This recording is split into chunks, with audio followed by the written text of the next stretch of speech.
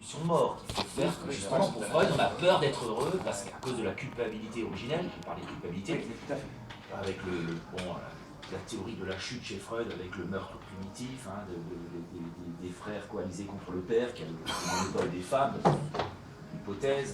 En fait, Freud n'y croyait qu'à moitié, c'est une hypothèse de travail, hein, c'est comme l'hypothèse de Rousseau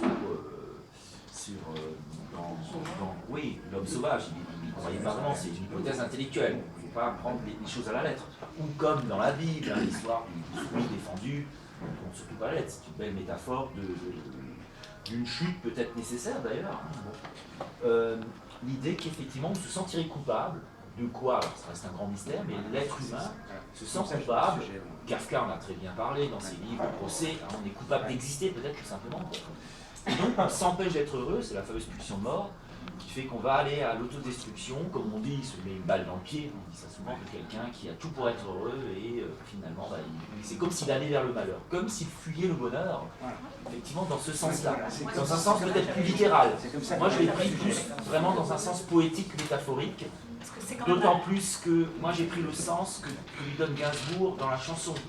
Gainsbourg n'était pas dans ce sens-là, il est dans un sens plutôt comme l'animal apprivoisé, comme dans mon petit texte d'approche que j'avais écrit. Donc effectivement, moi j'avais écouté la chanson avant.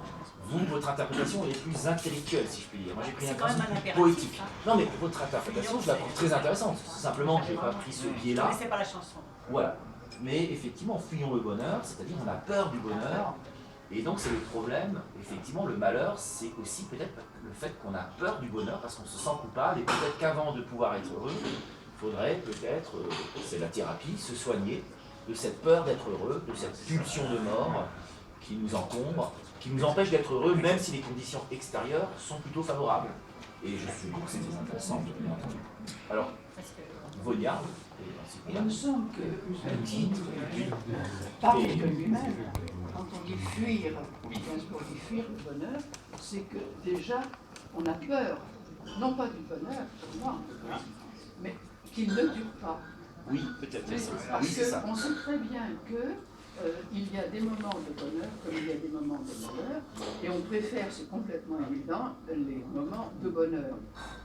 Ce en quoi on a peut-être tort, parce que dans le yin et le yang, dans les moments de malheur, il y a toujours, et c'est la leçon qu'on peut en tirer, il y a toujours quand même quelque chose qui parle du bonheur. Dans ce qui est le pire, ce qui est le plus négatif, il y a quand même toujours une notion de bonheur qui est incluse. Alors évidemment, le mot bonheur fait peur, parce qu'il est en relation, c'est-à-dire en vis-à-vis en quelque sorte, avec le malheur. Mais l'un et l'autre, la mauvaise heure, la bonne heure, et c'est de toute façon ce qui fait partie de la vie.